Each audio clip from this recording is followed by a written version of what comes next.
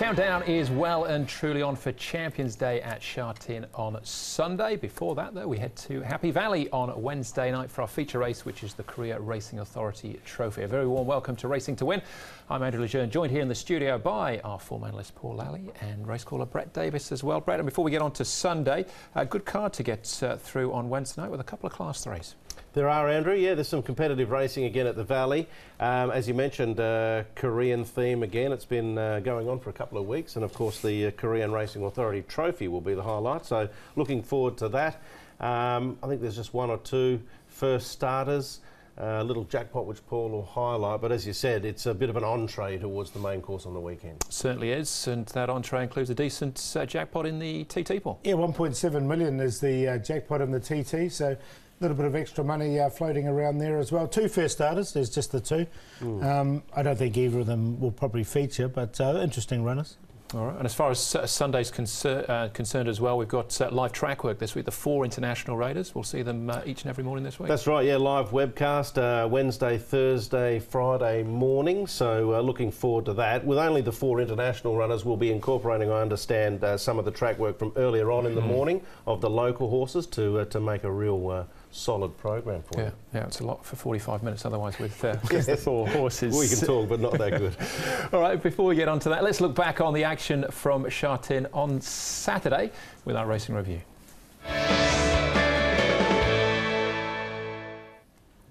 Now, the Hong Kong Jockey Club Community Trophy was the feature race on the card, but we saw some handsome performances from a couple of horses. Starting off with this one, Handsome Bobo. He was just way too good here. He was, wasn't he? Like he ran 4th at his debut run, and then since then he's come out and he's just won by length. So he just really learnt a lot from that first run of his. His second run was pretty good. This has been really good as well. He went up a hefty amount from his last win, and he's going to go up a hefty amount, which we'll see later on. It was just a really, really good run from this horse, and he's very progressive. He is, and what makes him really progressive is he's got natural gate speed. He can put himself into a good possession. Then he can settle underneath the guidance of the jockey and then kick with a good turn of acceleration. So it's going to take him a fair way. The handicap has been reasonably kind, Andrew. Just kept him in Class 3, but put him right at the top. So I'm sure he'll be able to take care of business with all the weight. I would have thought it'll be tougher, but he looks a horse that could win in Class 2 with lightweight. He's a big horse, isn't he? He'll carry the weight, and it worked out perfectly. It has worked out perfectly because now he'll carry a big weight in this class should he win again. Hopefully that, as far as jockey Zach Purton's concerned, means he's got a decent weight next time. He'll be very happy, Zach, because he gets to ride him again. By helmet, we haven't really seen that many of the progeny up here yet. Obviously he's a new sire, so I'd say there'd be a few more coming to Hong Kong. Now he's leading the lap. I wonder whether Victor Wong might ring up for the ride with the £10 claim. Well, he might ring up for it. He's a millions once engaged. I don't think he'll get it. Zach was on board Ugly Warrior as well. This is the pick of the 3 all-weather races, and he was beaten last time out, but outside of that, he's unbeaten there. Yeah, well, Paul was onto this early, suggested he was a talented horse on the all-weather, and he's been beaten only once by a very talented horse, and on this occasion, he defeated a horse that absolutely bolted up at its last start in Elite Boys. So on this surface, who knows how far he can go. Obviously, there will be a cap on it because they run out of races eventually. Good run from Generous Heart, who was last on the turn. He came home nicely for 3rd as well. But he's by Swiss Ace, this horse, and a lot of those Swiss Aces have gone very well on the all-weather since they've got him up here as well. So they are a progeny that do like it, and he's a really nice horse. Out of Ugly Betty is obviously how he gets his name, Ugly Warrior. Do you think he could step up to the 1650, Paul? Yeah, well, the way he's been winning, he's got that early gate speed, hasn't he? At some stage they'll try him on the turf, so it'll be interesting to see how he does go on the turf, because he's never raced on it. He might be better. That's exactly the point. Until he actually steps out on the turf, we won't know. This were the moves as far as the changes are concerned. Ugly Warrior got 10 and Handsome Bobo 11. You can see him just creeping under the mark there of 80. So, but some other good winners on the card. Yeah, Glorious Artist was a good tip from Paul. Nice Fandango won that first race where we had a lot of first starters in it for Victor Wong, who had a good day in the saddle.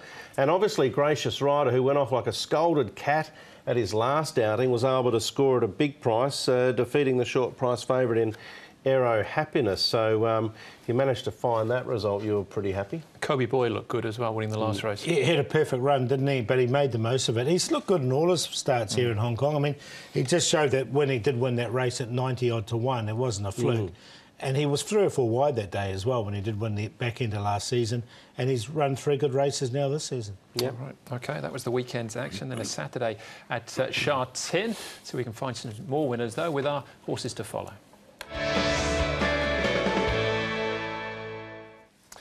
All right, as Brett was saying, we had a number of first starters going around the opening event, Paul. You're looking past those ones to one with a bit of experience. Yeah, well, this was a second start. Shimmer and Shine had won at Happy Valley, drew wide, and he was really well back and did nothing on the day. He finished last, in fact. This is a much better improvement from him. You can see he had the shift out. He hit the line really strong. Now, he's by showcasing. This is over 1,000. So once he gets up to 1,200 metres, he ended up in the middle of the track here. Well, he came through the inside of the yellow one there, who did run third. But it was a really good run. He hit the line strongly. A nice fourth from him. And I thought it was a good run. So I think there's more to come from him. All right, and you found a first starter, but had decent form overseas, right? He did, yeah. Former Argentinian galloper. We saw this performance earlier, obviously, with Handsome Bobo. This guy actually got a start when Joy Master was scratched. And he is one of these Northern Hemisphere bred 3-year-olds. So he was actually carrying the equal top weight here with Sir Redalot. He was carrying 133 pounds. And I thought his preparation had been sort of OK, but a little bit limited. So this was quite a polished performance, I thought. Star Shine gets into third, and he's been in good form. So I would have thought that Car Ying Legend, who did win a couple of races by big spaces in Argentina, might be a reasonable purchase. All right, we'll keep an eye on him. Emerald Spur, I'm going with. Another first starter. You can see him out wide there. And Responsibly in the saddle. Ricky Hughes, the trainer.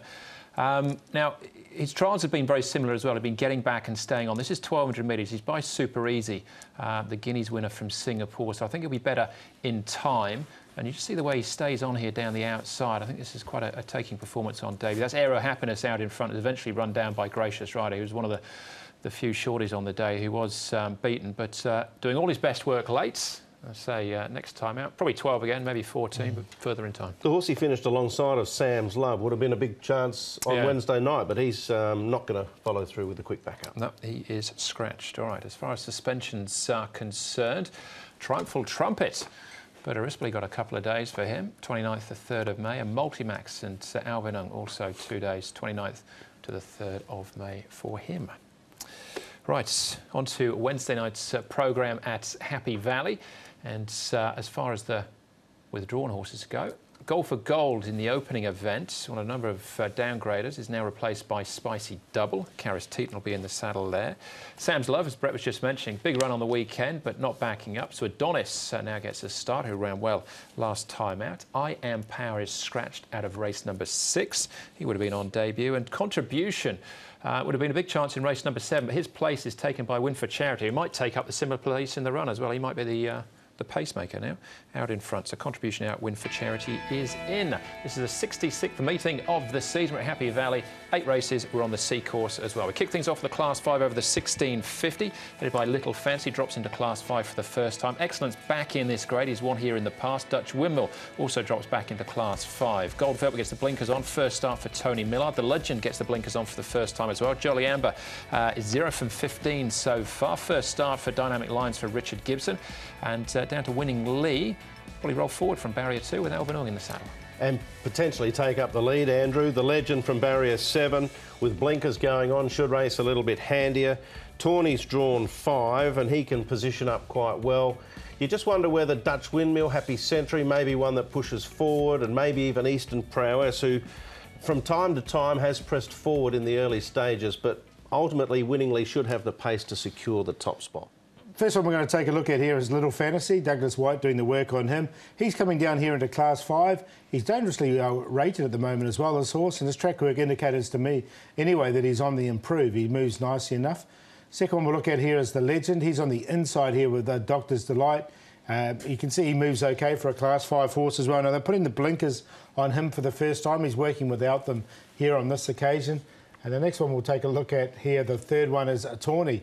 Another one that's moving nicely enough here, and he should get a good run, as we saw on that speed map earlier on from barrier number 5, and does like Happy Valley. So he's doing everything he has to do in the mornings there and moving nicely. Excellent. All right, that's Tawny. We're going to start off here with Happy Century, Jolly Amber, and the aforementioned Tawny as well. Happy Century second. Didn't mind the run, though, of Jolly Amber. Interesting runners, all three of them. Happy Century, look, last start he drew barrier number 3, and I think that was a real help to him. He got a lovely run in the race, whereas 10 on Wednesday night makes it a little more difficult. Jolly Amber ran OK here. If you go back 3 starts, he was a short head behind Golden Cannon over this course and distance, and I thought that was a good effort. Just like the way he closed off strongly here, Jolly Amber. Hit the line very hard, almost 2 to their 1. It's an open race. I'm going to end up side with him. I've got Tawny in the numbers. I'll give him another chance from that barrier. He should get a cosy run. I think he's better ridden a bit quieter as well. Maybe they'll do that. All right, OK, so 2 out of that race. Excellence has been competitive in Class 4. He's had 1 start in Class 5 previous low, and he won. Yeah. And he goes well for Zach Purton too. He's had 2 wins in his career, and Zach's been aboard on both. So there are some positives for him, but he's so untrustworthy. It'll all come down to whether or not Zach can get him into a good spot with a bit of cover, which I'm pretty sure he will, and then he's going to need some tempo. I wanted to find a spot for him, but I didn't. Yeah, I've found one for Little Fantasy in the end because he's 1 off 55 and he's rated well, and I think his work's picked up a little bit in the morning, so he is a horse on the improve. All right, OK. A couple more to have a look at. The Legends being the next one. Now, they go for the blinkers on Wednesday night. Barrier 7 for him. We're going back a few starts. Yeah, now he's, as you mentioned, the blinkers on should be able to help this horse a little bit. He's been in Class 5 for 3 starts now. His best run of the 3 was he did run 4th at Chartin behind Golden Cannon. But he is a horse that always puts himself in the picture, so I found a spot for him on a minor line. Saw him there. He just sort of ranged up to win, didn't he? And then he just switched off. So maybe the blinkers are what he needs. All right, OK. One more to try. And that's actually our current early favourite, Gold Velvet, here trialling. So now with Tony Miller, previously with Banner Young, they go for the blinkers back on. Yeah, I'll let Paul talk about this one because he's been waiting for this to arrive, I feel, for a while. Yeah, I just think this horse is going better than Class 5 in the moment. He's changed stables. They're putting the blinkers back on. I really like this trial. He hit the line very strongly. Would prefer over 1,800 metres. That's where his form's been in the past. With the new stable, with the blinkers on, he may be able to get away with 1650 OK. He's a horse that has been working extremely well in the mornings. Not that I want to go down this road because my expertise as a meteorologist are exemplary, Andrew, but there is a chance of some rain tomorrow night at Happy Valley. So looking at that trial and correlating that with the way he went on that wet morning, it might be a bit of a positive for Gold Velvet. All right, he's come up with barrier 1 as well. So he's for you, Paul, in the first? Yeah, we'll put him on top with the new stable. I think he's going well enough, and I think he can get out of Class 5. So I've got him on top to beat Tawny. Should get a really nice run just in behind the pace. And I think they will ride him a little bit quieter, and that when he has run well, it has been when he's come from the back. The Legend will give him a chance, the blinkers on, and Little Fantasy as well. So in the Class 5s, I went 5, 8, 7 and 1, and I put 5 as the winner. Do I smell a best bet coming up here, Paul, in Class 5? Not Class 5, no way. Fair enough. 9 on top for me. I'm going with Jolly Amber. I thought he closed off really strongly last start. I liked his second behind Golden Cannon. Look, if there is a little bit of rain around, I don't think it'll bother him too much. I'll take a chance with him. Gold Velvet obviously looks to be the danger. The Legend with the blinkers on. And I thought Dutch Windmill gets a drop in grade. He's got a terrible gait, but he's won 3 in this class. And I thought his run behind Remarkable was actually all right last start on the all-weather, so I snuck him in 9, 5, 7, 4.